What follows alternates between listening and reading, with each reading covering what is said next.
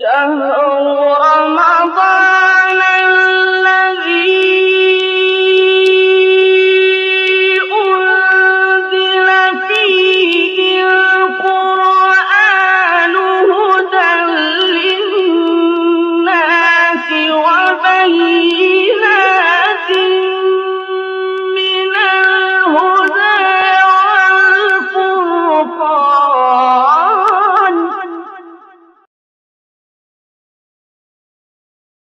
اعوذ باللہ من الشیطان الرجیم. بسم اللہ الرحمن الرحیم.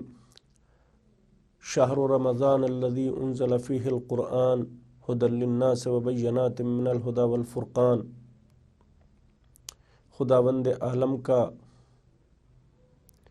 بے انتہا لامحدود شکریہ ہے کہ اس نے ہمیں ماہ مبارک رمضان میں برکتیں، رحمتیں اور نعمتیں حاصل کرنے کا موقع عنایت فرمایا ہے. خداوند عالم نے قرآن کریم میں ماہ مبارک رمضان کا ذکر کیا ہے. یہ وہ مہینہ ہے کہ جس کے علاوہ خداوند عالم نے قرآن کریم میں کسی مہینے کا بھی ذکر نہیں کیا ہے. صرف اور صرف ماہ مبارک رمضان کا ہی خداوند عالم نے قرآن کریم میں ذکر کیا ہے. اور یہ وہ مہینہ ہے کہ جس کو اپنے آپ سے نسبت دی ہے.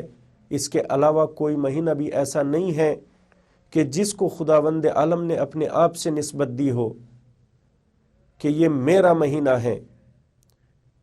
اور اس طریقے سے قرآن کریم میں اس آیہ کریمہ کا ظاہری مفہوم ہے کہ شہر رمضان الذی انزل فیہ القرآن، کہ ماہ رمضان وہ مہینہ ہے کہ جس میں قرآن کو نازل کیا گیا ہے، کہ جو قرآن لوگوں کے لیے وسیلہ ہدایت ہے.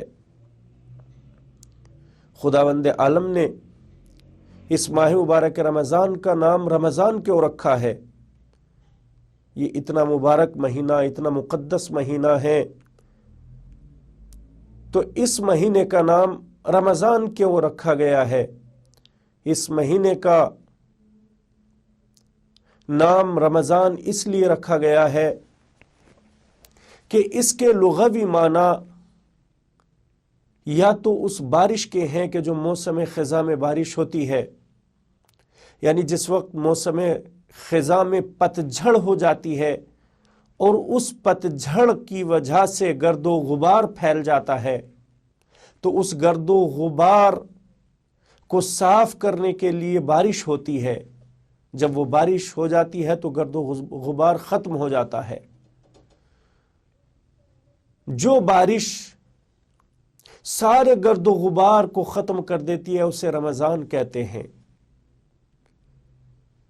ماہ مبارک رمضان کو بھی رمضان اسی وجہ سے کہا جاتا ہے چونکہ ایک سال میں جو انسان کے دل میں گناہوں کا، کوتاہیوں کا، غلطیوں کا، خطاؤں کا گرد و غبار بیٹھ جاتا ہے، جم جاتا ہے انسان کے دل میں، تو یہ ماہ مبارک رمضان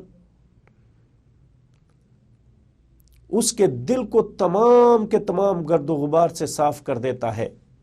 یا پھر اس کے معنی اس تپش کے ہیں کہ جو ریگزاروں پر، پتھروں پر تپش پڑتی ہے اور وہ پتھروں کو اور ریگزاروں کو جلا کر جھلسا دیتی ہے. ماہ مبارک کے رمضان کو رمضان بھی اسی وجہ سے کہتے ہیں چونکہ یہ ماہ مبارک رمضان انسان کے گناہوں کو جھلسا کر ختم کر دیتا ہے. یہ رمضان وہ مہینہ ہے کہ جس کا نام کسی شخص نے نہیں رکھا ہے بلکہ اس کا نام خود اللہ نے رکھا ہے. جس طریقے سے بیت اللہ کو بیت اللہ کہا جاتا ہے، اللہ خانہ کعبہ میں آ کر رہتا نہیں ہے، لیکن خانہ کعبہ کو عظمت بخشنے کے لیے خداوند عالم نے خانہ کعبہ کو اپنی ذات سے نسبت دی ہے. بیت اللہ یہ اللہ کا گھر ہے، اس کو نسبت تشریفیہ کہتے ہیں. اسی طریقے سے اس کو کہا گیا ہے شہر اللہ، اللہ کا مہینہ.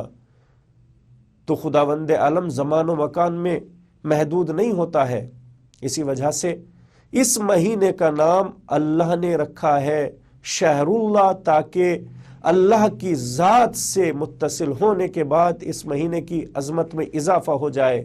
جس طریقے سے خداوند عالم نے محمد کا نام رکھا، اللہ کا نام محمود تھا، جس طریقے سے حضرت علی علیہ السلام کا نام رکھا علی، اللہ کا نام اعلیٰ تھا، فاطمۃ الزہرا کا نام فاطمہ رکھا، اللہ کا نام فاطر السماوات تھا، جس طریقے سے امام حسن علیہ السلام کا نام رکھا محسن، حسن خداوند عالم کا نام محسن تھا، جس طریقے سے امام حسین علیہ السلام کا نام حسین رکھا، خدا کا نام قدیم الاحسان تھا، تو اسی طریقے سے اللہ کا نام بھی رمضان ہے۔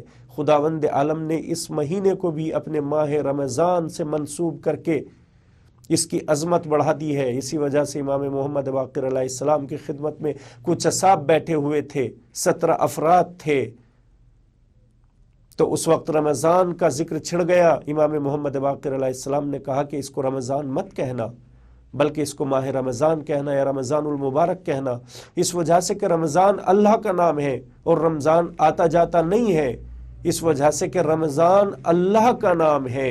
اگر یہ کہنا ہو کہ ماہ رمضان آ گیا یا ماہ رمضان چلا گیا تو اس میں کسی چیز کا اضافہ کرنا پڑے گا تاکہ معلوم ہو جائے کہ مہینے کے لیے کہا جا رہا ہے۔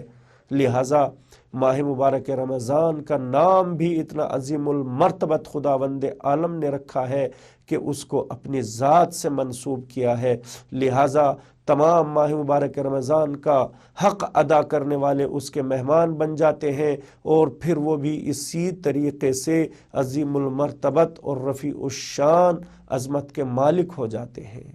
اللہم صلی علی محمد و آل محمد۔ اللهم صل